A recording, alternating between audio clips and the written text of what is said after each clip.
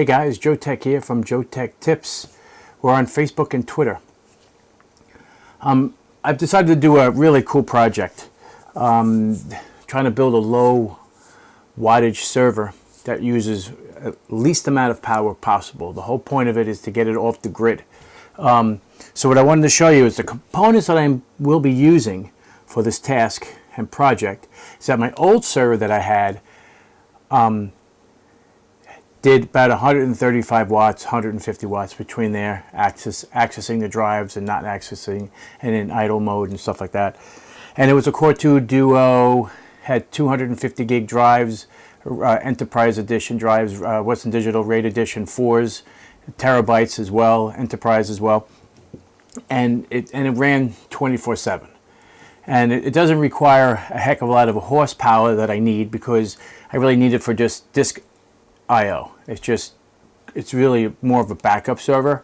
So I don't need a lot of space either in terms of the boot drives. The data drives I probably need a little bit larger, but right now I'm just in a preliminary stage right now, just for a proof of concept. So what I've done was, I've already did it, and originally I had it doing about 35 watts. That's with the solid state drives. I have two RAID 1 arrays, two 60 gig drives in RAID 0, two 60 gig drives in RAID 1, and another two 60 gig drives in another RAID 1 for the boot drive and the data. And I want to show you the motherboard that I am using. You'll get a kick out of this. So this is the motherboard here. It has 3 PCI Express slots, of which 2 of them are 1X, and the other one is a 16X slot, but it's actually only electrically connected at a 4X slot, which is right there. Okay, so you see something dangling here. This happens to be the power supply. I am no longer using an ATX power supply. Believe it or not, the system actually drew 35 watts with the kilowatt meter, which was impressive alone. But believe it or not, going from remember that this thing uses 12 volts power and 5 volts and 3.3, and it's all DC.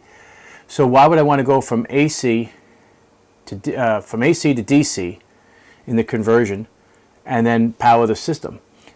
So what's interesting, this happens to be a they call it a Pico power supply.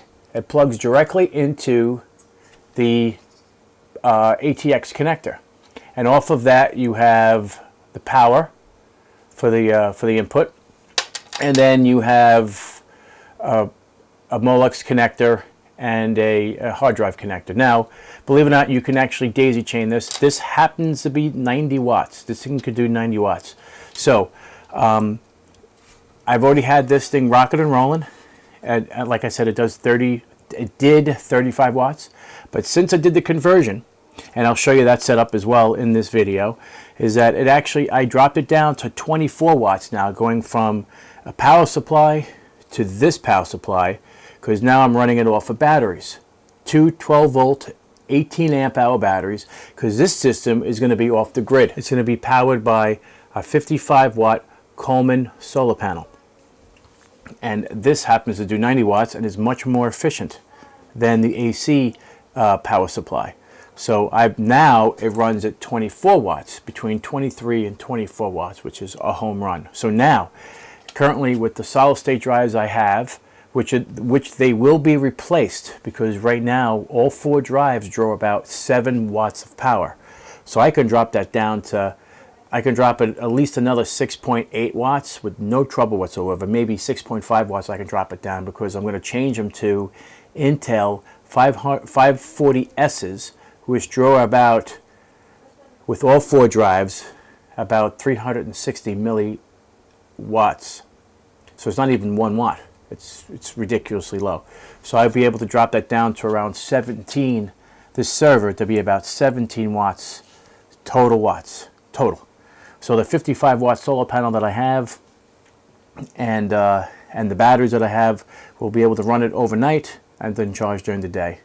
And this happens to be a ASRock, so Nancy 3150 mic. This runs the 3150 Celeron CPU. It's a quad core, 1.6 gigahertz. There's no hyper-threading, so it's 4 cores at 1.6, and the turbo is 2.08, which I've actually gotten it up to. But it can go down as low as 480 megahertz, which is great. So this works really well. I'm not using the onboard SATA connections. I did when I booted up with Windows 10 on it. But other than that, it's got 4 gigs of memory on it. It just sits there idle mainly, and it does backups over time. So I went from 35 watts to 24, and then I'm going to hopefully get it down to 17. And that'll be when I get my new drives in. If anybody wants to donate them, that'd be great. But we're going to install this now. I have a case. You have to bear with me now. I have a lot of old hardware here, and this happens to be a really tiny case. So I'm going to bring it over here, and you can see I'm using a 4-bay 2.5-inch hard drive enclosure, so it's perfect. So one is the boot, and then one is the data, and there's really nothing inside of it. I really don't need anything fancy. There's no power supply, as you can clearly see, because we don't need it. We're not going to use it because we're dealing with the power supply that I showed you, which is 90 watts. This was super cheap and very efficient. It's like 95% efficient, which you can't get with an AC power supply. And this is, look how tiny it is. It's super tiny. Doesn't take any space whatsoever. Doesn't block any components. You can get these power supplies with the CPU power if you needed to do that. I've seen it, they go up to like 180, I think, this size. So it's perfect.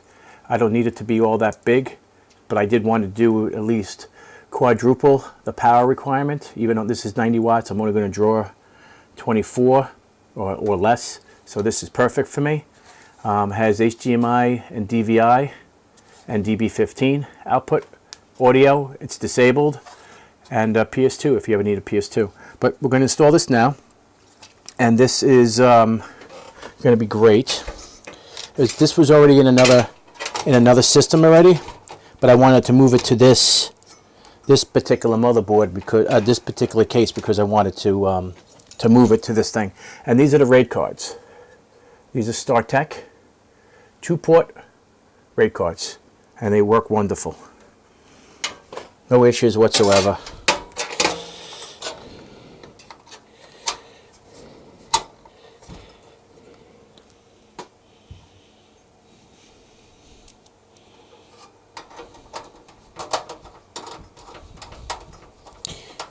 The only thing I'm going to need to do is drill a hole, because in the other case I actually drilled a hole for the power supply to plug into. Okay, let's get this baby back in there.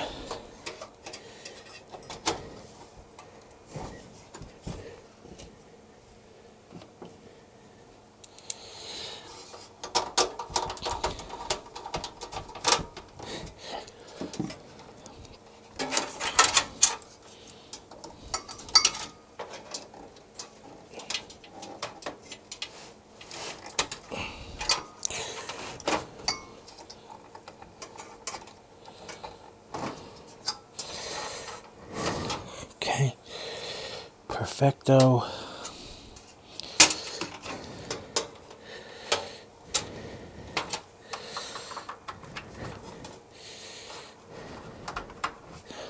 Okay, so now we have the motherboard and the SATA connectors are actually installed, and we're going to do the rest. Just going to drill the hole, and we'll move forward. So here is the power supply input for the DC to DC power supply, which goes to the DC to DC power supply, which is right there, 90 watts. I'll have a link in the description where to buy this from. If you decide to do a project like this, this is like perfect. As you can see, there's no power supply here whatsoever, and it goes to the RAID array. I mean the drives, the SATA drives up in here, a total of 4 drives. And here are the RAID cards that we did the installation on, and we're not using the internal controllers that are here, the internal SATA drives. I did that on the initial install, but there's no reason to have it. This board also, I believe, has, yeah, it does, has 3.0. So if you had a case that had 3.0 ports on it, you could use that, or buy, I guess, but I really don't need it. It's not really, that's not what this is for. But this does have 3.0 ports on the back of this anyway, so which is a home run. So let's power this baby up. So this is the power source. I know it's kind of a Rube Goldberg, but it's just more or less a proof of concept. So please don't judge about the installation that I did, because it's just a temporary solution until I get the solar panel inputs are going to be coming right in from here or from over that side. I haven't decided where I'm going to put it, but solar power is going to be coming in from either side here through the wall. So right now I have a Coleman charger. It's a 1.5 amp charger that goes into the kilowatt meter, as you can clearly see. Here's a wire, goes up and into the kilowatt meter, and then the output goes to positive and the negative. They're alligator clips. They're really skinny wire. This really doesn't need a heck of a lot of power. And one goes to the positive side of one battery here. These two are in parallel. They are 18 amp hour batteries. Okay, and then I have the other wire and the power. The actual power connector itself is right here. So I have it soldered to the battery. It goes, and this will go to the back of the computer, which is right here. Simple, right? And then I have the two batteries are connected in parallel. What is it there? This is the negative side. This is the positive side. Parallel here, parallel connection here, parallel connection, and then the negative side here connection. And then I guess I can move this to the positive side here, so it's more. Let's fix this so it's not too tangled. So what I can do is I can unplug it from the wall here, just so I could show you that it will power on. Do I have it backwards? Yeah, here we go. We connect the monitor. Actually, you know what? Let's see, is this thing powering up? Yes, it is. Let's connect the monitor.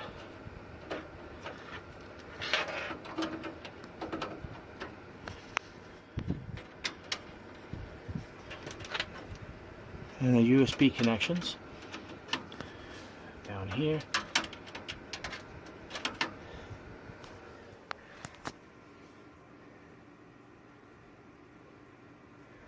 There we go. We're up. Voila. Now we're running off of battery. There is no AC on this whatsoever, as you can clearly see.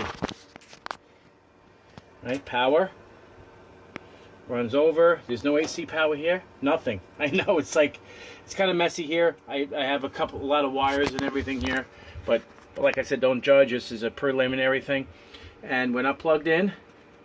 We're just running off of batteries. That's it. So this machine right now is currently off the grid. So I forgot to plug in the network cable. Okay, network cable's plugged in. So we are currently off the grid, and we're powered up with no problem. Just so you can see and how much power this is actually drawing, I will plug this in so you could see for yourself. 23 watts, 24 watts, bounces between, and that's because it's in the middle of charging.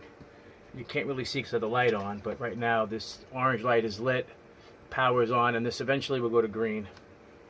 But this is a low power server, and if you guys wanted to build something like this, I'll have all the information in the description on how to do so, because this rocks.